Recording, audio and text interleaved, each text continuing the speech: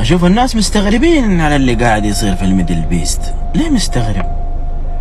ليش مستغرب يا صديقي؟ دام انه الرسول عليه الصلاة والسلام حدث عن الكلام هذا قبل 1000 سنة.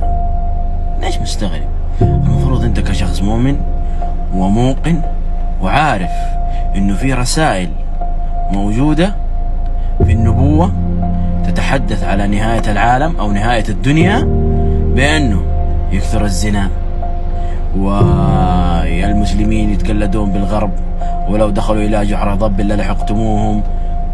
واضحة. ليه مستغرب؟ ليش انت مستغرب من الموضوع اللي قاعد يصير؟ هذا اللي قاعد يصير لا تستغرب.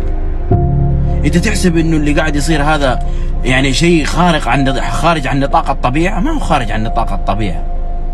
انت كشخص مؤمن ومسلم تعرف انه في علامات تبان على نهاية الدنيا، انه في عالم تبدأ تخرج عن النطاق العقلي والبشري، تبدأ تتصرف كأنها تصرفات حيوانية. ناس تمشي ورا شهواتها، ناس تمشي ورا المال، ناس تمشي ورا النساء بشكل كبير، الزنا يكثر، الحرام يكثر، الحلال يقل، كل شيء يبدأ يعني يصير في منحنى آخر، وكل شيء بيتغير روتينه. حتى الشمس هي الشمس يوم من الأيام راح تغير روتينها وتشرق لك من المغرب، ما راح تشرق لك من الشرق، راح تشرق لك من المغرب، راح تجيك من جهة البحر، وراح يفضل فيه يوم من الأيام راح يكون اليوم كامل فيه ليل.